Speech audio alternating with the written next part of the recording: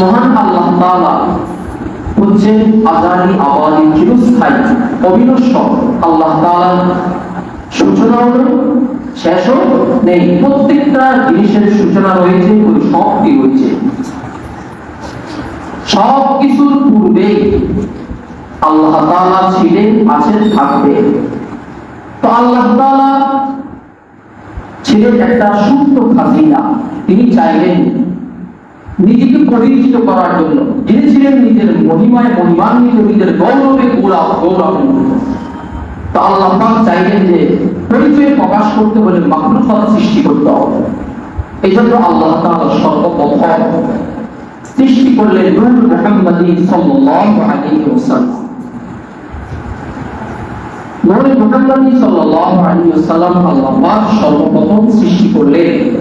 এই জন্য কোরআন কারীমের মধ্যে সূরা মায়েদার 15 নম্বর আয়াতে আল্লাহ তাআলা বলেছেন, "ক্বাদ জাআকুম মিনাল্লাহি নূরুন ওয়া কিতাবুম মুবিন।" আল্লাহ তাআলার পক্ষ থেকে তোমাদের কাছে এসেছে নূর এবং সুস্পষ্ট কিতাব।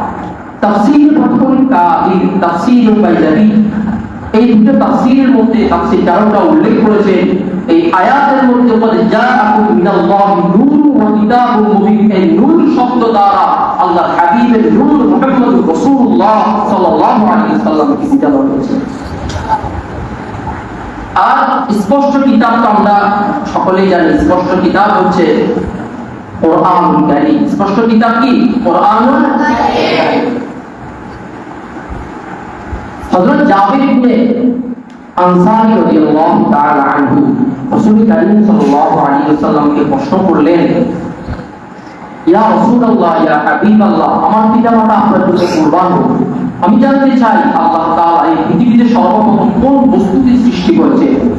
রাসূল কারীম সাল্লাল্লাহু আলাইহি ওয়াসাল্লাম বলেন, হে জাবির, শুনো, আল্লাহ তাআলা সব কিছুর পূর্বে তোমার নবীর নূর সৃষ্টি করেছেন। বলো সুবহানাল্লাহ। সৃষ্টি করার পরে আল্লাহ পাকের কুদরতে এই নূরটা যেখানে ইচ্ছা সেখানে ঘুরে বেড়াতো। তখন কোনো লৌহে কলম মাহফুজ কিছুই সৃষ্টি হয়নি। আসমান, জমিন, জান্নাত, জাহান্নাম কোনো কিছুই সৃষ্টি হয়নি। চন্দ্র, সূর্য কোনো কিছুই সৃষ্টি হয়নি। আল্লাহ পাক যখন মাখলুক সৃষ্টি করার চিন্তা ভাবনা করলেন, তখন আল্লাহ পাক নূর মুহাম্মাদীকে সর্বপ্রথম চারটি ভাগে ভাগ করলেন। কয়টি ভাগে ভাগ করলেন? চারটি ভাগে ভাগ করলেন। প্রথম ভাগ দিয়ে আল্লাহ তাআলা কলম সৃষ্টি করলেন। বলো সুবহানাল্লাহ। দ্বিতীয় ভাগ দিয়ে আল্লাহ তাআলা লাউহে মাহফুজ সৃষ্টি করেছেন। তৃতীয় ভাগ দিয়ে আল্লাহ তাআলা আরশে মুআল্লা সৃষ্টি করেছেন। চতুর্থ ভাগকে আল্লাহ পাক আবার চার ভাগে ভাগ করেছেন। প্রথম ভাগ দিয়ে আল্লাহ তাআলা আরশ বহনকারী ফেরেশতা তৈরি করেছে। দ্বিতীয় ভাগ দিয়ে আল্লাহ তাআলা কুরসি তৈরি করেছে। তৃতীয় ভাগ দিয়ে আল্লাহ তাআলা সমস্ত ফেরেশতাকে সৃষ্টি করেছে। আবার চতুর্থ ভাগে আবার চার ভাগে ভাগ করেছে। প্রথম ভাগ দিয়ে আল্লাহ তাআলা আসমান সৃষ্টি করেছে। দ্বিতীয় ভাগ দিয়ে আল্লাহ তাআলা জমিন সৃষ্টি করেছে। তৃতীয় ভাগ দিয়ে আল্লাহ তাআলা জান্নাত এবং জাহান্নাম সৃষ্টি করেছে। চতুর্থ ভাগে আল্লাহ পাক আবার চার ভাগে ভাগ করছে। প্রথম ভাগে মুমিন বান্দার চোখের যেটি সৃষ্টি করেছে। দ্বিতীয় ভাগ দিয়ে মুমিন বান্দার কলবের যেটি সৃষ্টি করেছেন, যেটাকে মারিফাত বলা হয়। তৃতীয় ভাগ দিয়ে তাওহীদের নূর, লা ইলাহা ইল্লাল্লাহু মুহাম্মাদুর রাসূলুল্লাহ কালিমা সৃষ্টি করেছেন। বলো সুবহানাল্লাহ। তারপরে আল্লাহ তাআলা মানব জাতির আদি পিতা হযরত আদম আলাইহিস সালাম সৃষ্টি করলেন। সৃষ্টি করার পরে আল্লাহ তাআলা হযরত আদম আলাইহিস সালামকে আবু মুহাম্মদ বলে ডাকতেছেন। হযরত আদম আলাইহিস সালাম বলতেছেন, ইয়া আমার রব, আপনি কেন আমাকে আবু মুহাম্মদ, মুহাম্মদের পিতা বলে সম্বোধন করছেন? আল্লাহ তাআলা বলেন, ইয়া রব, তুমি মাথা উত্তোলন করো। হযরত আদম আলাইহিস সালাম যখন মাথা উত্তোলন করলেন, তিনি আরশ আজিমের মধ্যে একটি নূর দেখতে পেলেন। আবার প্রশ্ন করলেন, ইয়া আমার রব, এই নূর কার নূর? তখন আল্লাহ তাআলা বললেন, ইয়া আদম, এটি হচ্ছে তোমার সন্তানদের মধ্যে একজন নবীর নূর। বলেন সুবহানাল্লাহ। এটি এমন একজন নবীর নূর যিনি আসমানে ওনার নাম হচ্ছে আহমদ আর জমিনে ওনার নাম হচ্ছে মুহাম্মদ সাল্লাল্লাহু আলাইহি ওয়াসাল্লাম। জেনে রাখো হে আদম, যদি আমি মুহাম্মদকে সৃষ্টি না করতাম তাহলে আমি তোমাকেও সৃষ্টি করতাম না, আসমান জমিন কোনো কিছু সৃষ্টি করতাম না। তারপরে আল্লাহ তাআলা হযরত মুহাম্মদ রাসূলুল্লাহ সাল্লাল্লাহু আলাইহি ওয়াসাল্লাম নূর থেকে হযরত আদম আলাইহিস সালাম নূরকে সৃষ্টি করলেন। হযরত আদম আলাইহিস সালামের মাটি থেকে রাসূল কারীম সাল্লাল্লাহু আলাইহি ওয়াসাল্লাম দেহ মোবারক তৈরি করলেন। দেহ মোবারক তৈরি করার পরে আল্লাহ তাআলা রাসূল কারীম সাল্লাল্লাহু আলাইহি ওয়াসাল্লাম নূরটাকে হযরত আদম আলাইহিস সালামের পৃষ্ঠদেশে রেখে দিলেন। হযরত আদম আলাইহিস সালামের পৃষ্ঠদেশে কি করে দিলেন? রেখে দিলেন। পৃষ্ঠদেশে রেখে দেওয়ার পরে ফেরেশতারা হযরত আদম আলাইহিস সালামের পিছনে গিয়ে তারা কাতার ধরে ধরে আল্লাহর রাসূল সাল্লাল্লাহু আলাইহি সাল্লাম নূরকে দেখতেছিলেন। হযরত আদম আলাইহিস সালাম বললেন, ইয়া আমার রব, ফেরেশতারা আমার পিছনে তারা কি করে? বলতেছে তারা আমার হাবিবের নূরকে দেখতেছে। বলতেছে, ইয়া আল্লাহ, আমি আরজ করছি মুহাম্মদ রাসূলুল্লাহ সাল্লাল্লাহু আলাইহি সাল্লাম নূরটাকে পিছন থেকে আমার কপালের মধ্যে আল্লাহ তাআলা হযরত আদম আলাইহিস সালামের আরশটা কবুল করে আদম আলাইহিস সালামের কপালের মধ্যে মুহাম্মাদি নূরটাকে দিলেন। ফেরেশতারা আল্লাহর সামনে সারিবদ্ধ হয়ে দাঁড়িয়ে আল্লাহর রাসূলের নূরটাকে দেখছিলেন। আদম আলাইহিস সালাম আবার আরজ করলেন, ইয়া আমার রব, ফেরেশতারা আপনার হাবিবের নূর দেখতে পায়, আমি তো দেখতে পাই না। এমন একটা স্থানে আপনার হাবিবের নূরটাকে এনে দেন যাতে করে আমিও দেখতে পাই। তখন আল্লাহ তাআলা মুহাম্মদ রাসূলুল্লাহ সাল্লাল্লাহু আলাইহি ওয়াসাল্লামের নূরটাকে হযরত আদম আলাইহিস সালামের শাহাদাত আঙ্গুলে এনে দিলেন। শাহাদাত আঙ্গুলে যখন নবীর নূরটাকে দিলেন তখন হযরত আদম আলাইহিস সালাম এই নূরটাকে দেখে তিনি সঙ্গে সঙ্গে বললেন, আশহাদু আল্লা ইলাহা ইল্লাল্লাহু ওয়া আন্না মুহাম্মাদার রাসূলুল্লাহ। আমি সাক্ষ্য দিচ্ছি যে আল্লাহ তাআলা ব্যতীত কোনো ইলাহ নাই, মুহাম্মাদুর রাসূলুল্লাহ সাল্লাল্লাহু আলাইহি ওয়াসাল্লাম আল্লাহর রাসূল। এরপরে আল্লাহ তাআলা জিজ্ঞেস করলেন, হে আমার প্রতিপালক, এই নূর থেকে কি অবশিষ্ট আর কোনো কিছু আছে? আর কোনো কিছু আছে? বলতেছে, হ্যাঁ, অবশিষ্ট রাসূল কারীম সাল্লাল্লাহু আলাইহি ওয়াসাল্লামের আরো 4 জন সাহাবীর নূর অবশিষ্ট রয়েছে। বলতেছে, তাহলে 4 জন সাহাবীর নূরকে আমার আরো 4টি আঙ্গুল এনে দেন। এক প্রথম শাহাদাত আঙ্গুল রয়েছে মুহাম্মদ রাসূলুল্লাহ সাল্লাল্লাহু আলাইহি ওয়াসাল্লাম নূর। এই আঙ্গুল ছাড়া আরো কয়টা আঙ্গুল রয়েছে? 4টা আঙ্গুল রয়েছে। এই 4 জন বিশিষ্ট সাহাবীর নূর আমার 4টা আঙ্গুলে এনে দেন। তখন আল্লাহ তাআলা হযরত আবু বকর সিদ্দিক রাদিয়াল্লাহু তাআলা আনহুকে মধ্যম আঙ্গুলে দিলেন। হযরত ওমর ফারুক রাদিয়াল্লাহু তাআলা আনহুকে অনামিকা আঙ্গুলে দিলেন। হযরত উসমান রাদিয়াল্লাহু তাআলা আনহুকে কনিষ্ঠ আঙ্গুলে দিলেন। হযরত আলী রাদিয়াল্লাহু তাআলা আনহুকে বৃদ্ধা আঙ্গুলে দিলেন। বলুন সুবহানাল্লাহ। তাফসীরে রূহুল বয়ান এসেছে, হযরত আদম আলাইহিস সালাম যখন জান্নাতে ছিলেন আল্লাহ তাআলা রাসূল সাল্লাল্লাহু আলাইহি সাল্লামকে দেখার জন্য তিনি আল্লাহর কাছে আরজ করলেন। আল্লাহ তাআলা রাসূল কারীম সাল্লাল্লাহু আলাইহি সাল্লাম সৌন্দর্যটাকে হযরত আদম আলাইহিস সালামের বেহেশতে জান্নাতে 2 বিদ্যাকুল আঙ্গুলের মধ্যে 2 বিদ্যাকুলের মুখের মধ্যে আয়নার মতো কি করে দিলেন? স্পষ্ট করে দিলেন। কোথায়? জান্নাতে স্পষ্ট করে দেওয়ার পরে হযরত আদম আলাইহিস সালাম আল্লাহ রাসূল সাল্লাল্লাহু আলাইহি ওয়াসাল্লামের এই বিদ্যাগুলো ওনার 2 বিদ্যাগুলোর মুখের মধ্যে আল্লাহ রাসূল সাল্লাল্লাহু আলাইহি ওয়াসাল্লামের সৌন্দর্যকে দেখে তিনি এভাবে চুমু খেলেন। ওনার চোখের মধ্যে কি করলেন? স্পর্শ করলেন। স্পর্শ করার কারণে পরবর্তীতে আদম আলাইহিস সালামের সন্তানের জন্য এটা ইজি হয়ে যায়।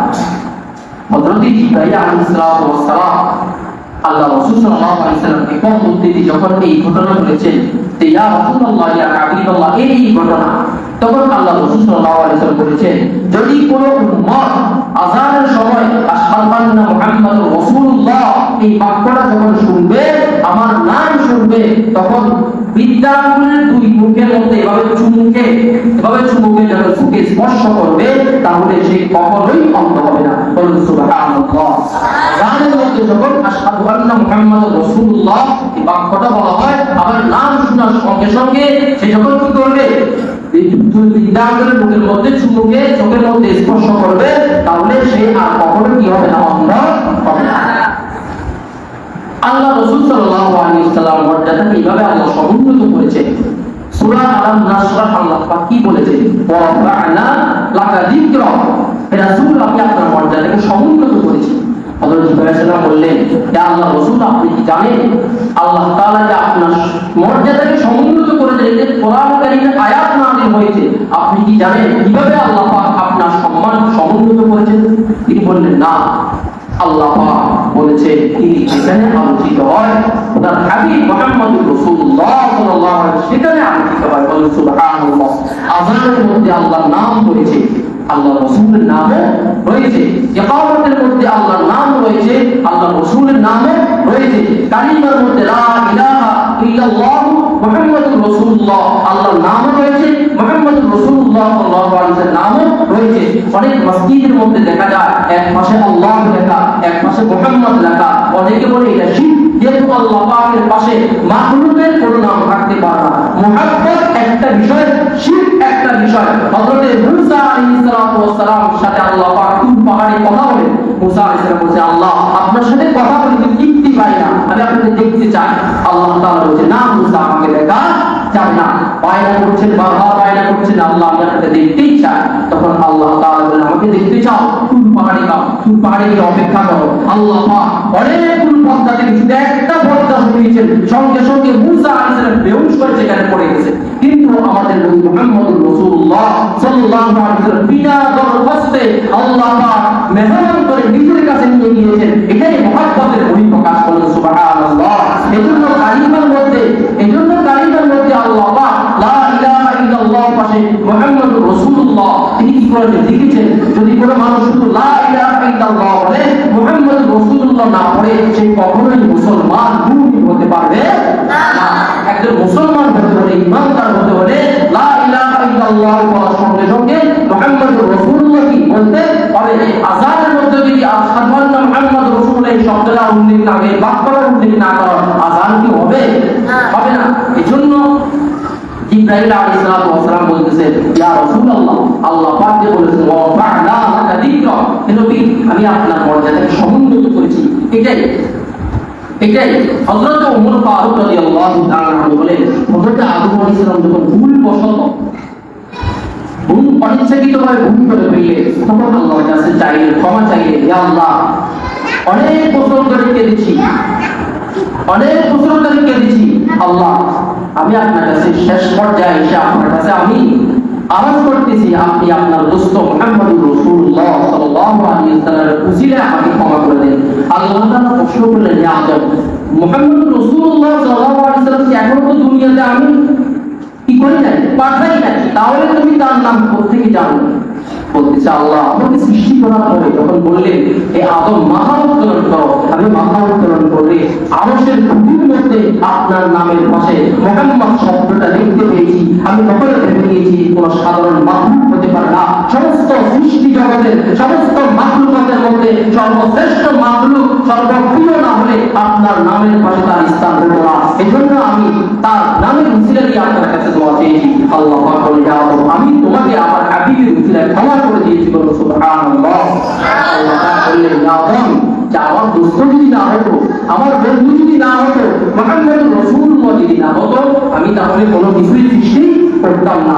আল্লাহ আসতেছেন আগমনের বহিঃপ্রকাশ কোরআন কারীম ছাড়া ইতিপূর্বে যত সহিফা, যত কিতাব নাযিল হয়েছে প্রত্যেকটি সহিফা কিতাবের মধ্যে আল্লাহ রাসূল আসতেছেন, আগমনের সুসংবাদ দিয়ে আসতেছিলেন। কোরআন কারীম হতে আল্লাহ তাআলা বলেছে, ওয়া ইন্নাহু লাফি যুবুরিল আউয়ালিন, তার পরিচয় অর্থাৎ মুহাম্মদ সাল্লাল্লাহু আলাইহি ওয়াসাল্লাম যে আসবেন তার পরিচয়টা, তার পূর্ব আভাসটা এটা তাওরাতেও ইনজিলেও কি রয়েছে উল্লেখ রয়েছে। তাওরাত ইনজিলে কি রয়েছে উল্লেখ রয়েছে। এইজন্য আল্লাহ রাসূল সাল্লাল্লাহু আলাইহি ওয়াসাল্লাম বলেছেন যে হযরত ইব্রাহিম আলাইহিস সালাম কথা বলেছেন যে আমার বহিঃপ্রকাশ, আমি যে আসতেছি এই যে বহিঃপ্রকাশটা এর সর্বপ্রথম প্রকাশ পেয়েছে হযরত ইব্রাহিম আলাইহিস সালামের দোয়ার মাধ্যমে, তারপরে এটা প্রকাশ পেয়েছে হযরত ঈসা আলাইহিস সালাম সুসংবাদের মাধ্যমে, তারপরে এটা প্রকাশ পেয়েছে আমার মা আমিনার স্বপ্নের মাধ্যমে। হযরত ইব্রাহিম আলাইহিস সালাম যখন ওনার স্ত্রী বিবি হাজরা এবং প্রিয় পুত্র ইসমাঈল আলাইহিস সালামকে মক্কার উপত্যকা, মক্কা মুআজ্জামা কি একটা উপত্যকায় সহায় সম্বলহীন অবস্থায় কি করলেন দেখে আসলেন, যেখানে কোনো তরুণতা ছিল না, কোনো ফলফলাদি গাছ ছিল না, কিছুই ছিল না, মরুভূমির একটা এলাকার মধ্যে কি বিবি হাজরা এবং পুত্র ইসমাইল আলাইহিস সালামকে দেখে আসার পরে আল্লাহ তাআলার কাছে দোয়া করলেন, রব্বানা ইন্নী আসকানতু মিন যুররিয়াতি বিওয়াদিন গায়রি যি যার'ইন 'ইনদা বাইতিকাল মুহাররাম ربنا ليقيموا الصلاة فاجعل أفئدة من الناس تهوي إليهم وارزقهم من الثمرات لعلهم يشكرون يا আমার প্রতিপালক সূরা ইব্রাহিমের 37 নম্বর আয়াতে আল্লাহ তাআলা বলেছেন, হে আমার প্রতিপালক ইন্নী আসকানতু মিন যুররিয়াতি বিওয়াদিন গায়রি যি যার'ইন 'ইনদা বাইতিকাল মুহাররাম, আমি আমার সন্তানকে, আমার বংশধরকে এই তরুণতাবিহীন কৃষি অনুপযোগী উপত্যকায় আপনার পবিত্র ঘরের নিকট রেখে দিলাম। রব্বানা লিউকিমুস সালাতা, হে আমার প্রতিপালক এজন্য বললাম যেন তারা নামাজ কায়েম করে। ফাজআল আফইদাতাম মিনান নাসি তাহবি ইলাইহি, আপনি মানুষদের অন্তরকে তাদের দিকে ফিরিয়ে দিন।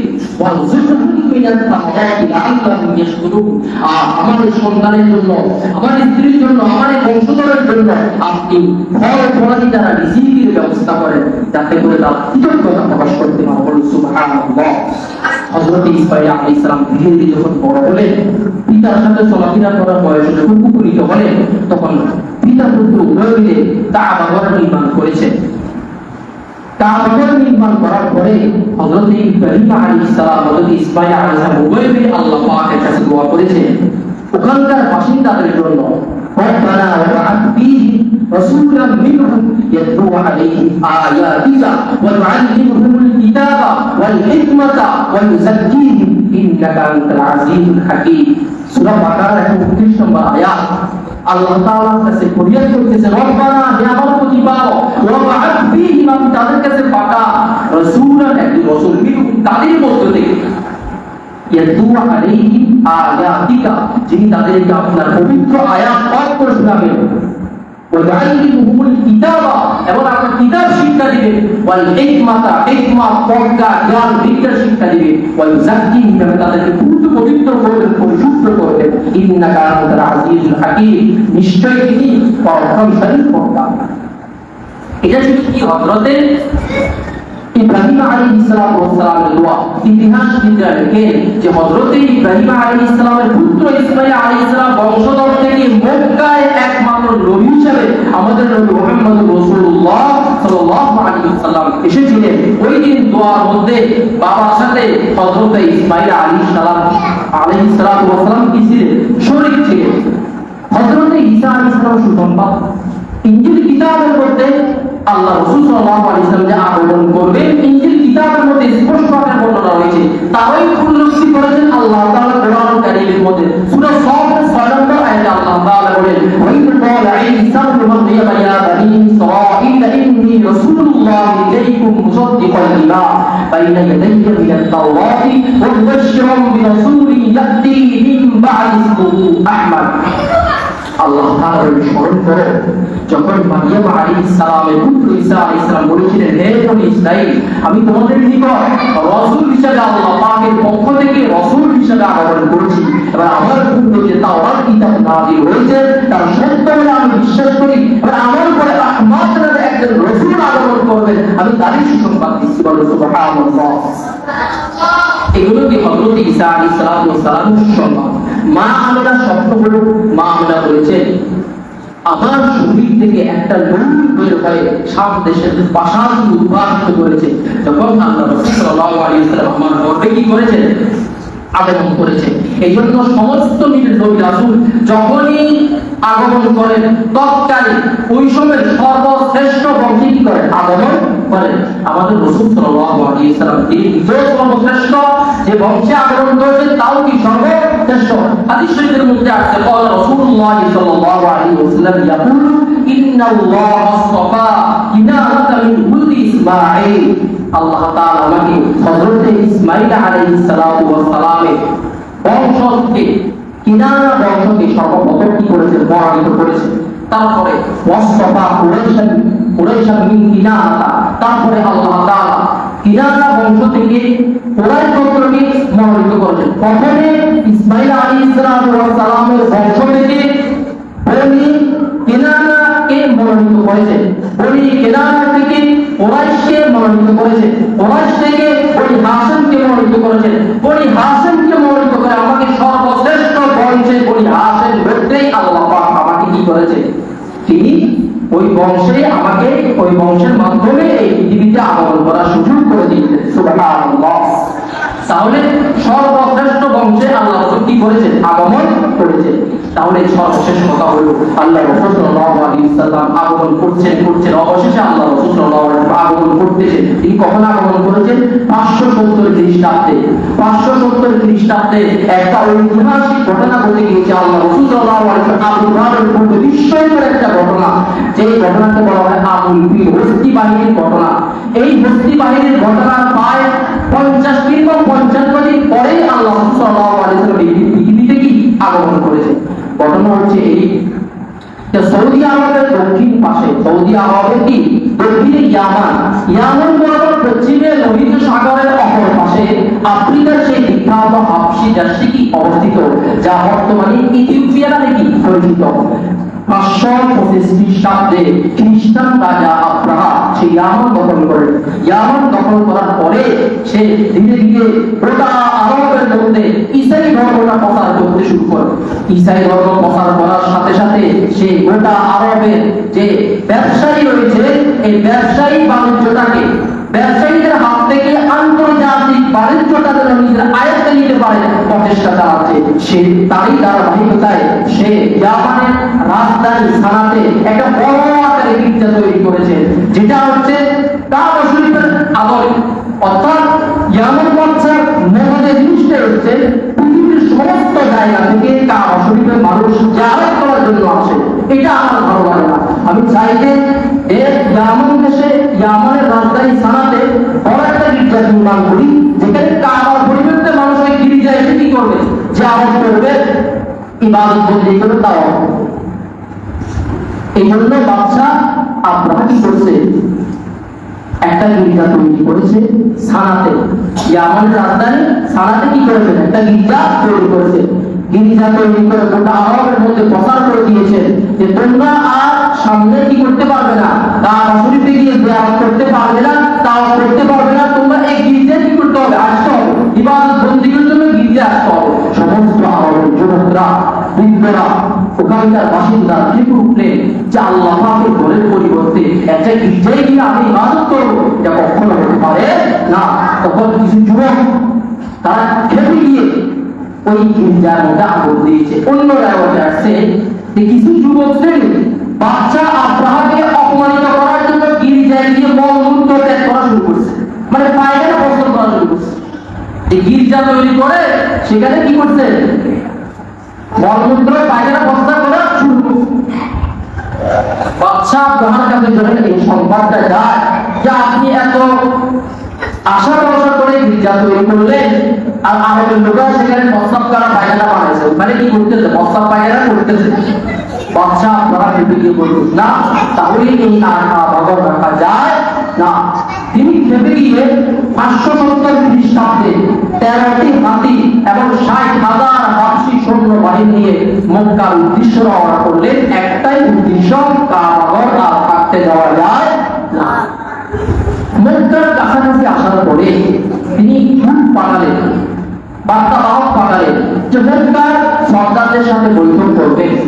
এই জন্য যে মক্কার মানুষদেরকে আক্রমণ করা আমার কোনো উদ্দেশ্য নয়, আমার উদ্দেশ্য হচ্ছে কাবা ঘরটাকে দেওয়া।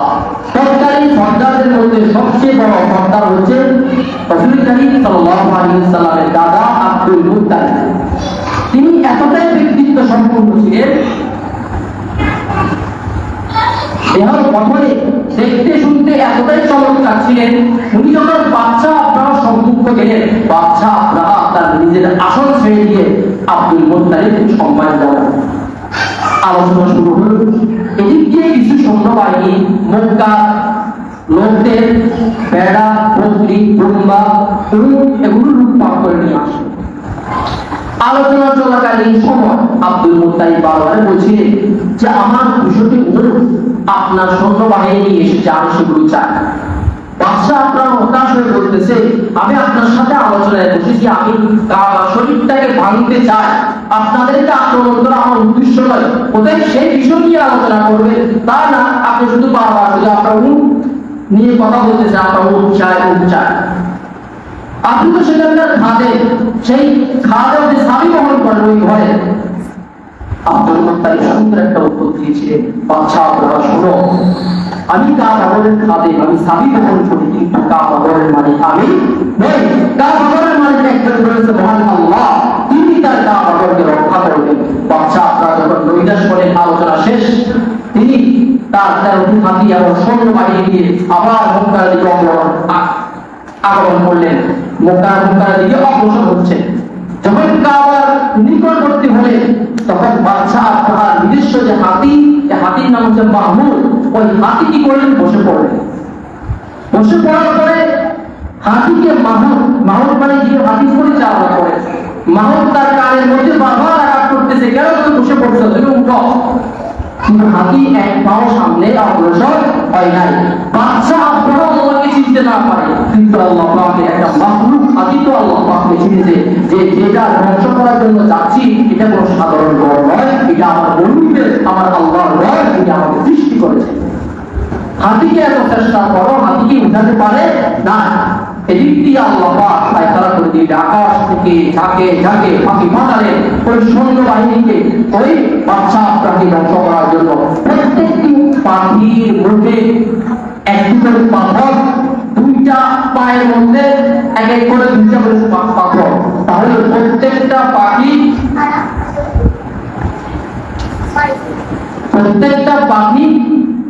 মোট কয়টা করে পাথর বহন করছে, 3টে করে পাথর বহন করছে।